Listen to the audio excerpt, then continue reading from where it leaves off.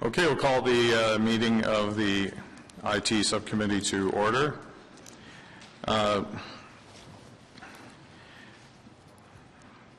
The first item is declarations of interest. No. Okay. Not interested? Okay. Confirmation of minutes, October 24th meeting. Carried. Okay, and we have two items and they're both held, so that's good. We'll get right into it. So next item on our agenda is the city's draft 2016 budget. This draft budget provides a prudent and predictable foundation from which the City Council can continue to invest in and build a city that is affordable, caring, sustainable, and prosperous for all residents. Through this budget, the City of Ottawa is living within our means while protecting the services upon which our residents depend. We're here today to review the budget for the ITSC and to hear committee members, staff, and residents, although none have signed up, so we won't. Members of the public have an opportunity to speak here today and at other standing committees, boards, and commissions. City Council will consider the 2016 draft budget as December 9th meeting. As chair of the IT subcommittee, I'm pleased to see that this draft budget provides the needed investment to protect and renew our core IT services. Council has identified digital service delivery as a key strategic priority for the term of Council.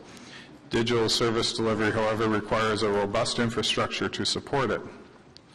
Like any other kind of infrastructure, our IT network requires regular investment to support renewal and growth. For that reason, I'm pleased to see significant investments in IT infrastructure renewal allocated over the next 4 years. These are needed investments, and I look forward to hearing the details from staff and to hearing from councillors and others on this important issue. So without further ado, I'd like to ask our Chief Information Officer to begin the presentation. Thank you, Mr. Chair. So I'll start with just looking over the agenda, what we're going to do, but I'd first like to, we've had a little bit of an organization change as we go through the transformation in IT, and we have two, I think, very important positions to help us move forward with a city this size and to deliver services and look forward to new technologies and move into the cloud. So to my left is a new manager for strategy, which is Jeff Bumstead. So Jeff will be taking over things that are looking forward, working closer with council, working closer with technology firms, local companies, putting innovation in that area so that we'll be look at what our strategy is and how we're going to move forward. And to the right of me is Alain Rochefort, and Alain is taking over the operations side of the house, so keeping the lights on, building that core infrastructure that we need, making sure that we have a platform that we can move forward with as a city to build a world-class computing infrastructure. And they may be speaking today depending on where we go with the questions. So if we get to the agenda, we're just going to do an overview of some of the information technology budgets, what we're doing. So if you look at the next slide, we have infrastructure and telecom. So the city is actually a fairly large infrastructure platform. I think we are, as I look at it, it's very big. We perform a lot of duties here. We have 350 connected city facilities. That's very big, and I think we have the largest geographic city in North America that I can see, and I don't know if in the world or not, but it's huge. And so to try to connect all those people, facilities, is quite a big job. So 350 connections, 2 major data centers, 400 physical servers, over 1,000 connected buses like paratranspo. So each one of those buses are like a little network all on their own, all connected. We have 49 PBX phone systems throughout the city. and we have 2,300 telephone lines, and we also do payment card industry, so it's PCI and data security standard compliance. These are very important things to make sure that we pass our compliance, and we just passed our compliance this year for PCI using credit cards, so we're very proud of that we were able to get through that and get certified. Applications and devices. If you look at applications and devices, there's 4 enterprise platforms, so these are things that everybody in the city typically uses, and we have to support that for everybody no matter where you are. So things like SAP, we have many systems that roll up to SAP, many organizations that use it. We have 180 suites of business applications, so some current, some old, but there's 180 suites, which represents inside of those hundreds more applications. We have 16,000 computers, laptops, mobile devices, 11,000 email accounts, and what's interesting on the email accounts is that we stop about 45% a month of incoming emails that are either spam or malware, so things that never get to your desktop or you never see through devices that are running 24/7 to stop all this malware. So of the 5.6 million, almost half of that is just, or 5.6 million malware detected and stopped in 5 months. So it's a very large amount, and we can see that the threat of issues to our networks are growing. Since 2001, our network users have grown from 8,000 roughly to over 12,000.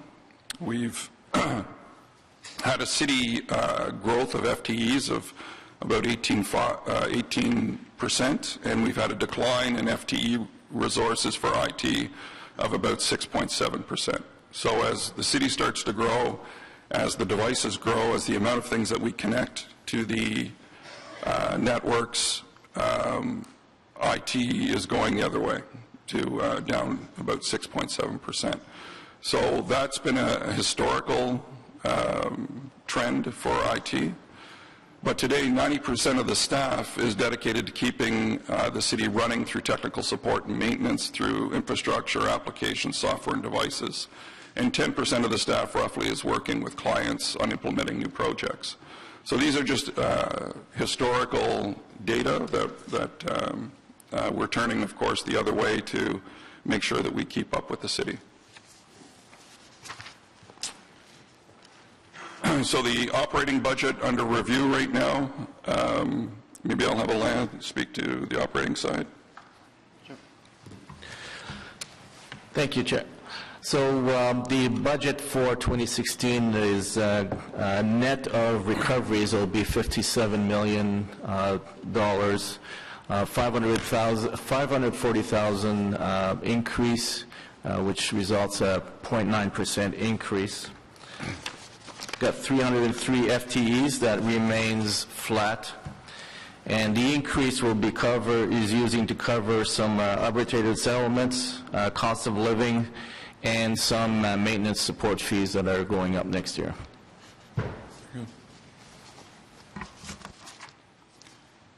And summary of capital. Yeah. On the capital side, as the Chair mentioned, we did get a significant investment this year of an additional $3 million.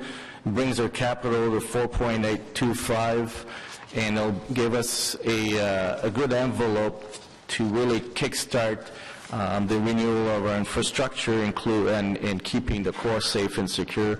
It's one of our major focus for 2016.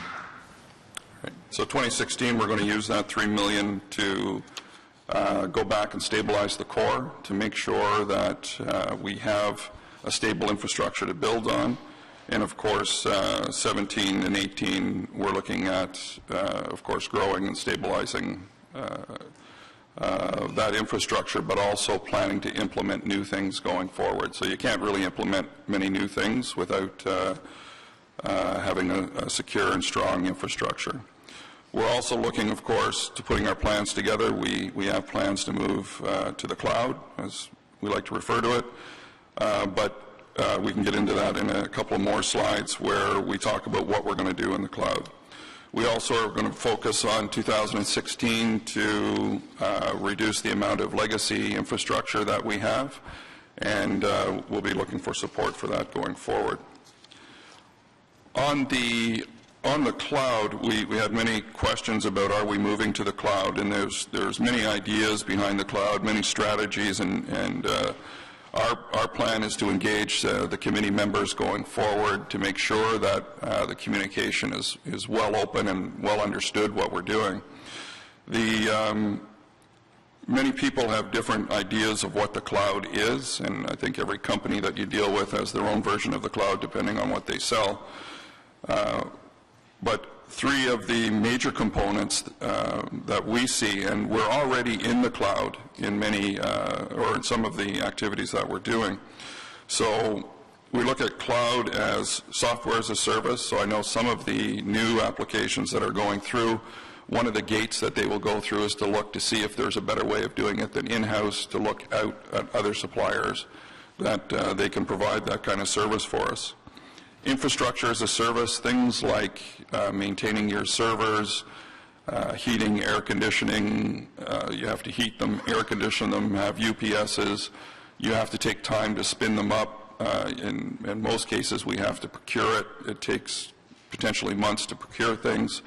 And if we outsource or use it as a partner, it's referred to as co-location. Some people like to say it's the cloud, but it's basically having your data center hosted by someone else, like a big major company, Bell, TELUS, Rogers, those folks that are involved with that, and then have a dedicated line back to the city. So we are looking at that at 2016. There's a major study on the way right now in IT, and not if it is possible, but how are we going to do it. So we've made the decision that that's where we want to go. That's what we want to do, is move part of our infrastructure over there. So we have many issues looking towards the cloud and looking for better ways to do things.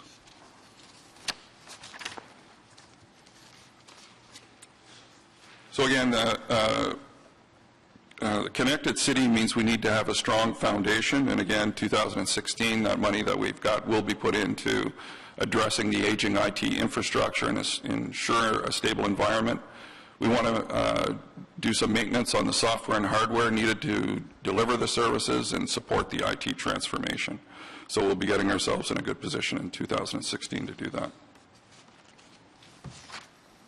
And that's the end of the presentation.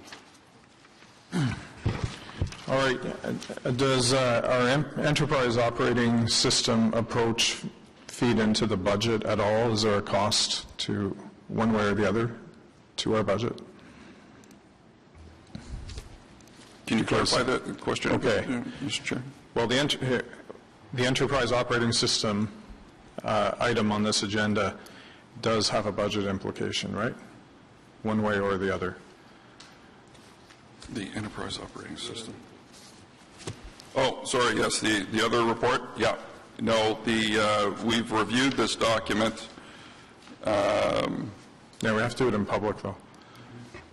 Pardon me? We have to do it in public, so I'm going to suggest we stand down the budget issue right now and go to this one. It has no implication on the budget issue right now. Yeah. These are ongoing support and maintenance costs. They do not increase our ongoing maintenance or support. Okay. Well, we'll stand it down and go to that item, and Councillor Tierney. Okay, great. First of all, thanks, Charles, for all the work you do, and I do want to say thank you to you and your staff. You gave me a very thorough and long presentation on what the game plan is, and I'm feeling very satisfied that we're going to head in that right direction, so I want to thank you for that. I know you're just still getting your feet wet on the job, and it was great to sit down and see the game plan from the 50,000-foot view, and I look forward to what you're going to do here at this organization. Thank you. Okay, could you, yes? Councillor.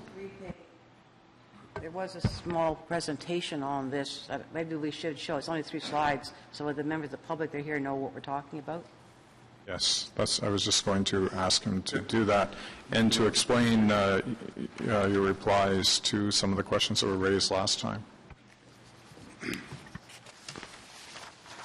take a moment to get the slide up.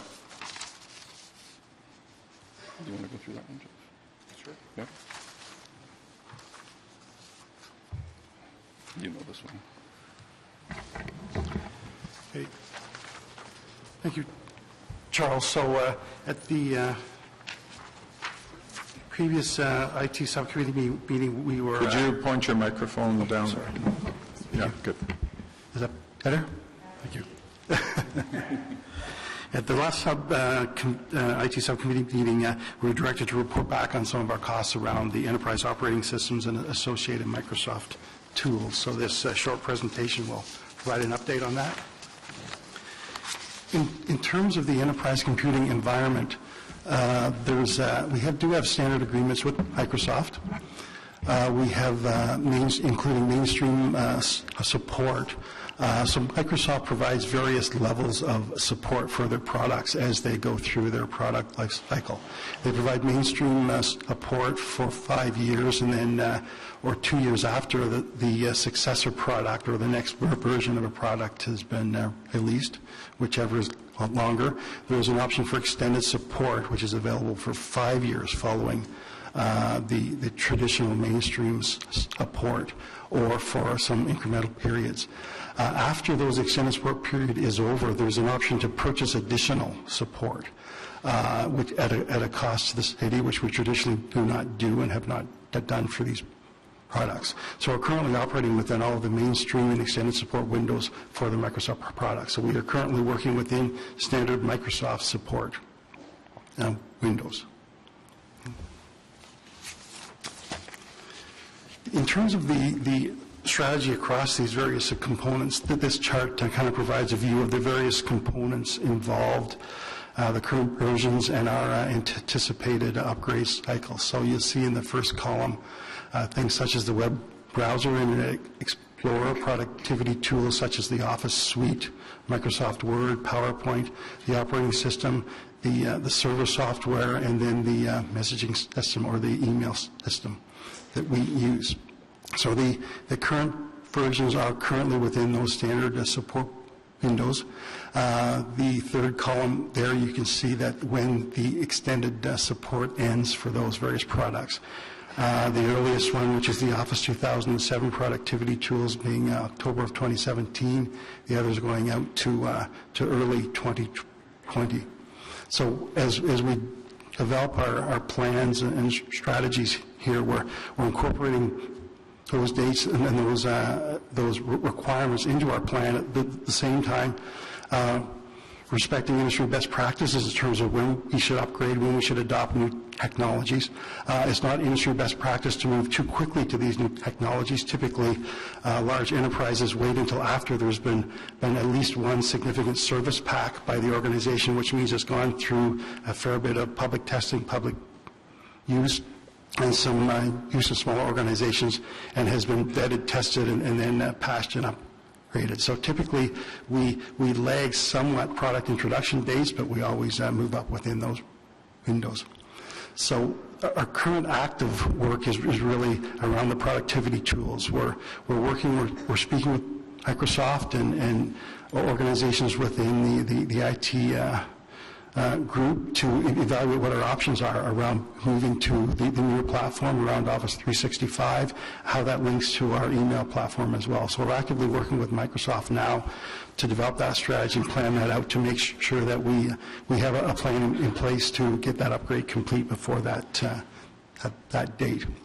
Coincident with that, we're beginning to look at the operating system and other areas. We've already have staff that have been out and have been trained up on Windows 10 so that they can begin that evaluation, that understanding of how that fits and how that's going to integrate with our product suite.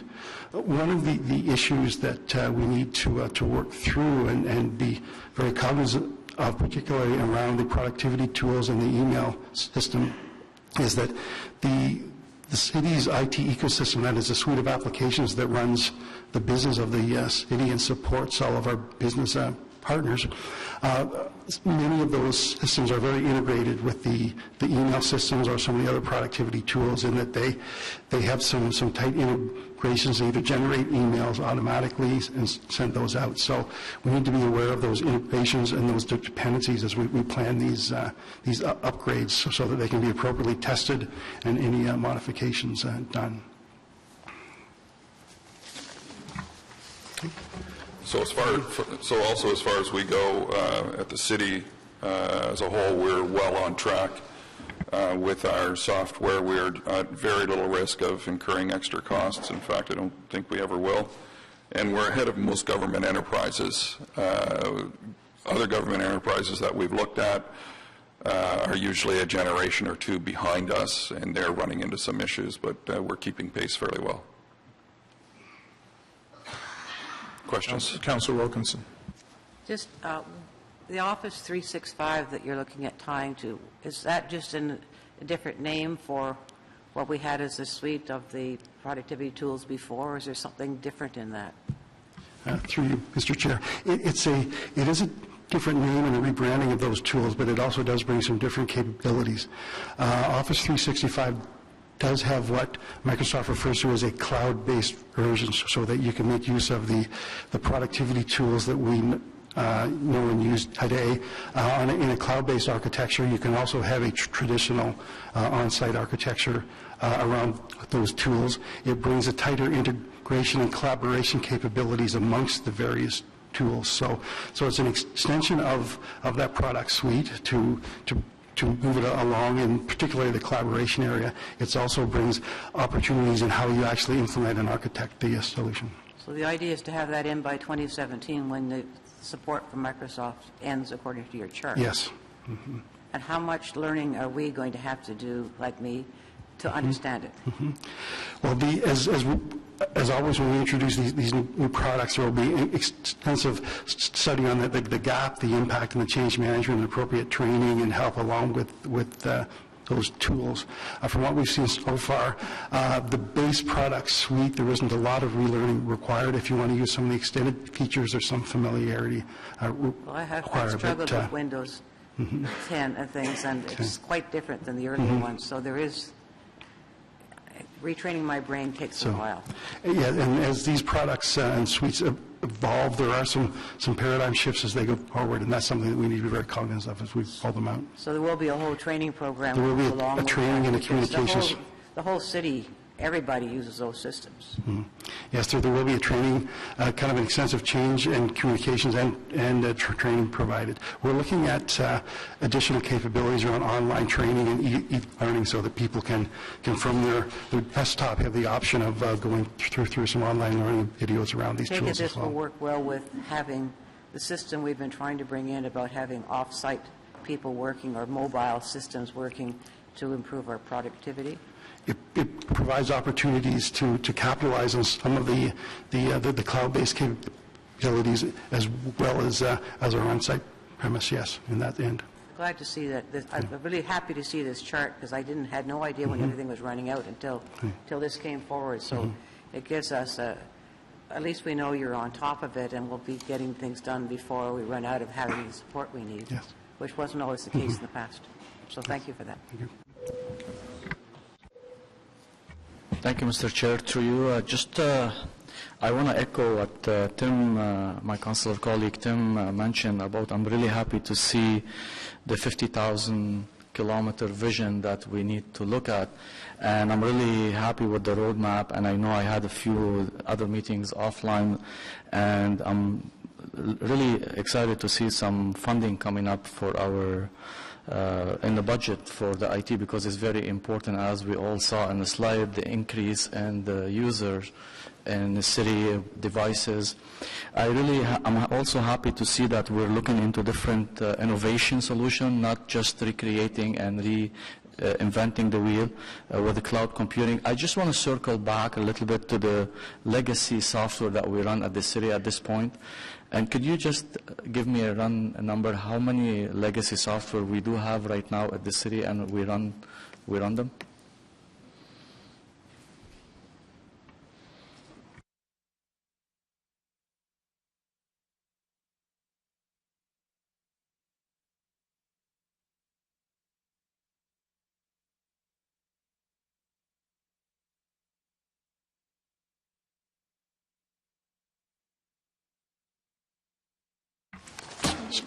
I'm just looking up that information. Thank you, through Mr. Chair. So right now, there's, as we mentioned, that there's approximately 180 active suites. We've recently retired 46 over the past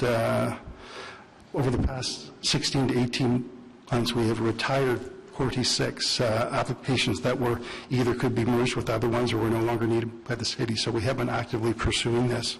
We're also looking at continuing that effort. Right now, there's 126 that we have deemed that are at end of life. So those applications we're actively working to develop a plan to retire those over the next few years. We have 33 applications which are related to transit services, which we're working with our partners in transit to transfer support over to transit service for those applications, and they have an active ongoing program to retire those as they transfer and bring in their new systems. We have 11 additional applications that we're targeting to retire over the next quarter. That will be between now and the end of the first quarter of 2016, and 9 more by the end of 2016 that we're targeting to retire. So we are actively using a best practice model to evaluate all of our applications, where they are in the life cycle, when they need to be dealt with. Of course, we need support and work with the business areas to retire those and have them either absorb that work or move that work to other areas, which requires new systems or modifications to existing systems to take that work. So we will be looking for support as we move forward through that cycle to actively deal with and retire these various applications. It's also critical for those applications that we do retire them if we want to move on with new applications. They are holding us back from implementing new technologies. We have to hold on to old systems to run them that aren't capable of running the new ones, which also increase the cost. So we're very anxious to retire them as quickly as we can. Thank you. Can I also, just one more, I want to add to the legacy software, is one of them will be ACT, looking into it, that Councillor's office are we using right now? I know that the ACT software solution is on the list. I don't have the full list in front of me. I can take that way and get back to you, though, on exactly where that sits on the current life cycle plan. We had that conversation yesterday with one of your colleagues, and we've put that up on the up higher on the list to look at, and I think there'll be somebody coming along in the next couple of months to take a look at that. And I think it needs to be, it is one of the legacy ones, it is on the list, but I think it may need to be removed or replaced sooner than later. Thank you very much, and I'm really looking forward to work with you, and I know that we're looking into innovation, not recreation, so thank you very much for this presentation. We're looking forward for the next roadmap. Thank you, Mr. Chair. Thank you. And seeing no other questions on this item, is it received on the enterprise operating system upgrade strategy? Received. So we'll go back into the budget, and Councillor Weeper.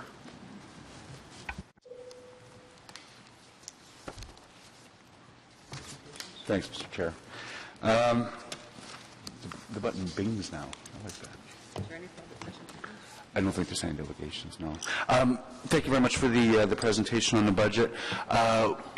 Obviously, you're looking at something like $695,000 in efficiencies, which I assume is the 13% that most of the departments have been asked to find in their back end. How are you going to achieve that?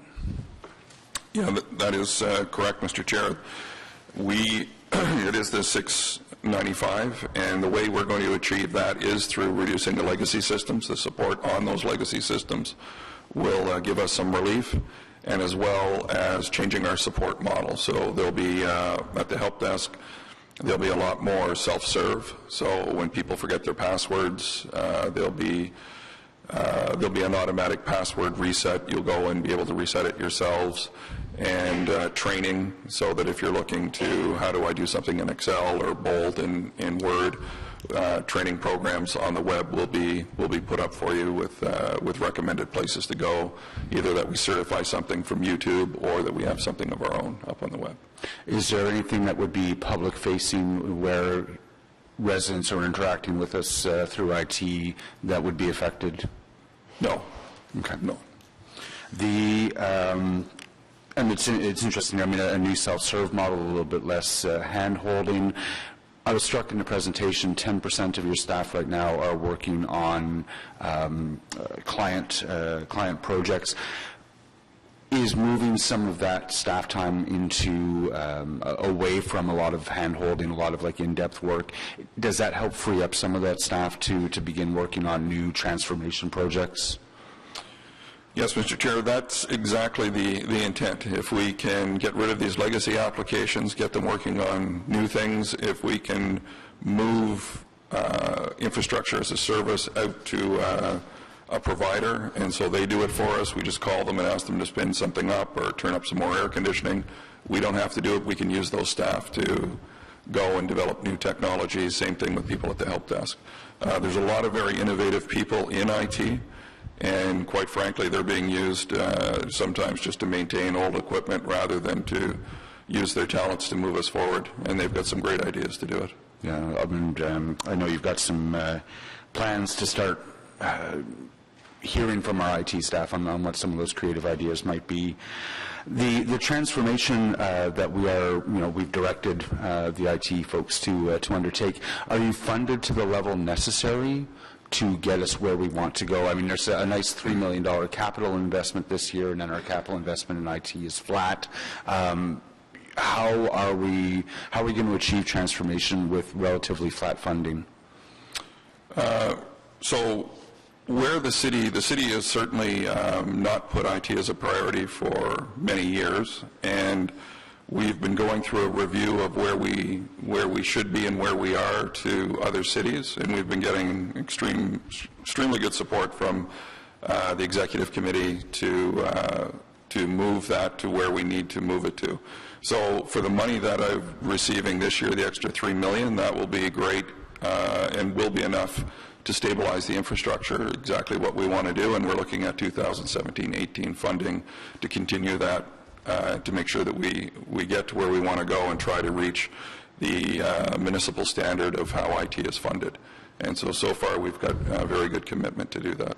How are we faring right now with respect to municipal funding of IT? It sounds like there's a benchmark. Yeah. How far away are we from achieving that? Right now, the benchmark is usually 3.6% of the city budget, okay, and we're about 2.2 right now. So there is a gap, but again, even if you tried to bring it up to 3.6 right out of the gate, there'd be no way that I could spend that money efficiently and do the right thing with it, so it would better to be staged in over a few years to get us to that level. Okay. So it does speak to the, I mean, this is a stabilized budget, but if we want to start to achieve some of the transformation that council has directed, future budgets will likely need to see a bit more investment. Correct, and that was pointed out also by our security audit, that we would have to do that if we want to achieve those results. And that's obviously probably on everyone on the committee's mind. The security audit, the Auditor General's report recently, speaks to the need for some significant investment into managing our IT risk. Do you see this budget as an opportunity to start doing that? What kind of budget implications does that have? This year's budget definitely has enough to start doing that. So the first thing we need to do is plan, put the policies in place, and then plan out how we're going to do it. So this year's budget gives us the opportunity to do that, and then gives us the opportunity to plan and come back with the requirements for 17-18 of what we'll need. Okay. My final question for you was, I am struck again by that number, 180 suites of applications, which contain, as you say, hundreds of individual applications within those. How costly is that to maintain?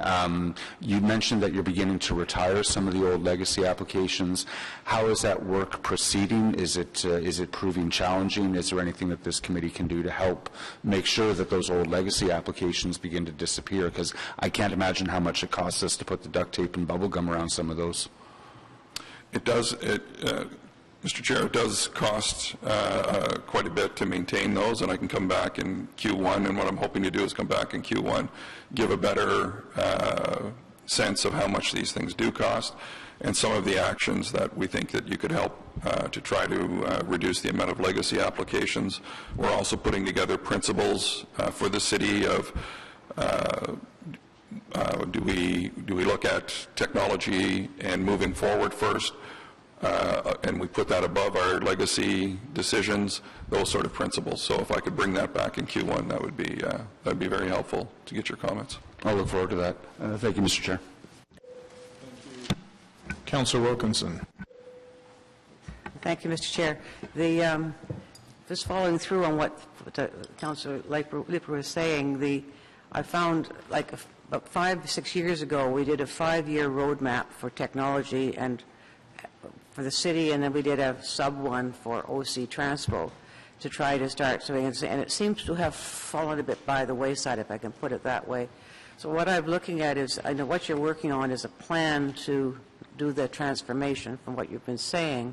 Are we going to be getting some sort of a 5-year or whatever the particular time is best to do it? I don't think it should be this term of council, by the way. It has to be what we have to do that will show what we can do, which includes trying to centralize the technology so we don't have different things happening all over the city, which I know does happen now, and we have some way of controlling the applications to make sure they all work together. But to do that, you have to, I know you've been working on this, but how are you going to be reporting something to us in a really, like we do an official plan for land use, we need to do an official plan for technology? Yes, Mr. Chair, agree 100%, and we will be coming back with that. I'm not a big believer in 5-year road maps in IT, because by the time you get to the 3rd year, the 4th and 5th year is completely changed. I'm more into a 3-year time span, and then trying to make those things happen to move forward. So we will be coming forward with that. I think we are starting already. Again, this year, we're putting the organization in place to make it happen. So, you were referring to integrating all the software. That's a key component of what we need to do. So you need an architecture team to do it, and we're putting that team together to make sure that we can do it, that when we select another application, it isn't a one-off application that requires a whole bunch of support. It's something that works within the environment that we're in. We're also moving into a very new era in technology. I think it's never been more complicated than it has now, and moving as fast as it has now, when we've gone from a traditional hierarchical development of application software to a very networked organization. And what I mean is you could have a server somewhere halfway around the world, and your app could be somewhere else, and you could be linking various apps. And an example I often use is Uber. Uber uses 3 or 4 apps that are legal apps to create a solution. And we see everybody using off-the-shelf apps like Google Maps, PayPal, SMS messaging to come up with solutions, and we have to move that way as well if we want to develop applications and move quickly, and our architecture has to support it. And that's one of the key reasons to look at getting rid of legacy applications. So to answer that, maybe that was a little long-winded, but to answer that, we want to come back in Q1 and show those plans of how we're going to do that. I was at a couple of new industries this week for their openings, and one of them has a system where if you have a small room, it actually is like a screen on every wall which moves. You can move it around, and you use your iPad to put ideas. It's a thinking room. Yep. You should go take a look at it sometime, because it's it's for trying to get all of the people to accept how this works and get all the different ideas that are involved in it. It's a new way of having a think tank in a way. Right, there's some interesting stuff happening out there, so I think it would really help what you're doing. And bringing in other managers, because I think one of the problems has been that individual managers sort of see what they want and ask and get it without actually seeing if it's integrated into it. So it's part of what I'm talking about is not just a roadmap, but I guess it's a system of how we do things, which I know you've been working on. And that system is something that is more to long range than the 3-year actual implementation program, which is what the roadmap is. So when you're coming back, I really would like to see how you're doing that part of it, because I think it's going to make huge headwater in what we're doing. And I know that you're in touch with our local industries who I think can loan or support what you're doing and help to grow our industry here, which is jobs in Ottawa, as well as improving our operation of the city. So I really would like to see, as time goes on, how we might work on that. Absolutely. Yeah. And my final question is, I know that in talking with people, they say really an IT department should be 50% on keeping things going and 50% on planning for a future. You're at 90-10, and now you've said you're going to gradually move away from that, but is your plan going to be show us how you can move towards more in that type of thing so we actually do become cutting edge? Ottawa is a high-tech city, and we should be cutting edge for the rest of the country, because that can earn us money too. Exactly, and we'll be coming back with that strategy as well, showing you how we're doing that so far. Yeah. So I think the summary of the Capital Authority, it's okay for the next year. I think the other future years are just placeholders. Correct. Because if you're coming forward with a plan that may take more capital money here but save money elsewhere, we have to be able to make those changes and get that through senior management to understand that it's in the best interest of the city. So I hope that you're coming forward, that will be working in that direction. Because for $5 million in technology these days is not a lot. Yes, agreed.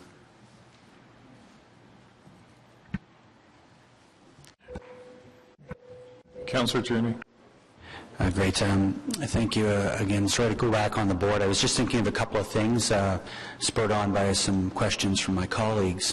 When it comes to the legacy application side of things, before we start pulling plugs on things, we're going to have the opportunity to work with you, I assume, because there's some in my mind that are actually critical applications that may be under the legacy umbrella, and I'd hate to see something happen to those.